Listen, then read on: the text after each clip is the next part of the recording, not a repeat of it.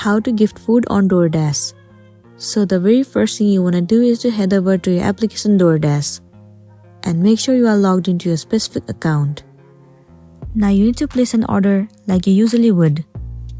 And once you are on the checkout page, you'll find the option of send as a gift. Click on it and then click on got it. It will land you in this page. Well, first of all, you can add a digital card, and then in a add a digital note, you need to enter a message for your loved ones. Once you are done, you need to scroll down and enter the detail of your recipient. Enter their first name, last name, and their phone number. You can also toggle on this button. Once you are done, tap on save at the bottom. And then at last, click on place order.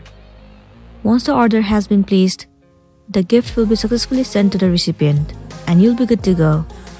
So that's it, and this is simply how you can gift food on Doordash. I really hope this video is going to be helpful for you. Thank you for watching it till the end.